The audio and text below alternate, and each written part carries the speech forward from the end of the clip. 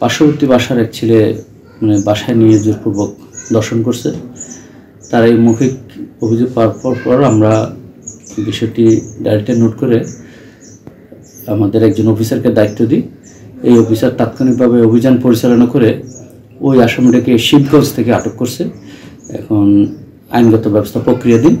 আমরা মামলা রেকর্ড করে আসামিকে বিজ্ঞ আদালতে প্রেরণ করবো। এরপরে ভিকটিমকে ডাক্তারি পরীক্ষার জন্য ওসমানী প্রেরণের ব্যবস্থা হচ্ছে।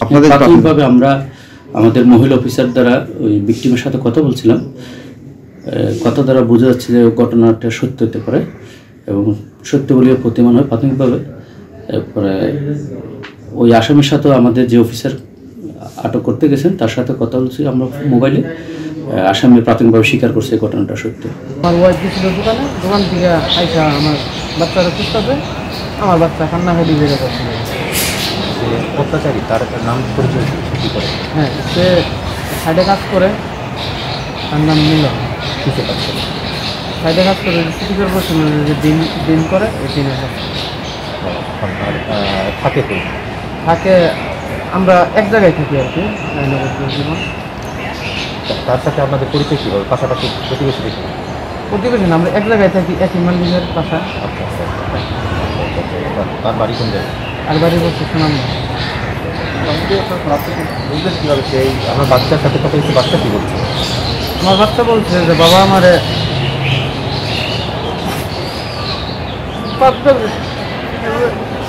আমার মন জমে বাবা আমি যদি মারা যেতাম।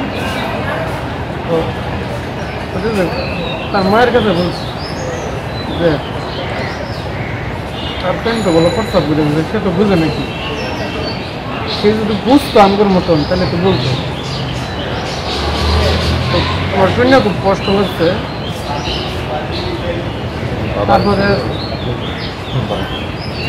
তার মা আইসে, তার মায়ের কাছে পাওয়া হয়েছে। তার মায়ের বলতেছে যাই হোক আমরা শেষ করে এমনি তো শেষ করার কথা।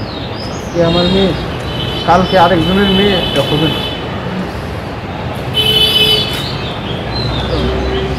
কে আমার আমি কে কম রুজি করি, যা রুজি করি আমার একটাই নেই। কে আর দরকার নাই, 500 টাকা আছে তো হাসপাতালে যা, হাসপাতালে যা ওষুধ দেয় না।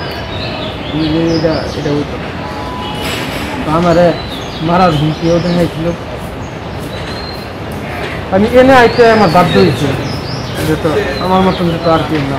হয়তো আমি পরিস্থিতি শিকার, হয়তো আমার কাছে সেরকম ইয়াটা নাই, তার জন্য আমি লড়তে পারিনি। এখন দশে আমাকে সাহস দিচ্ছে, তাই আমি থানার মধ্যে আসি কেস করতে।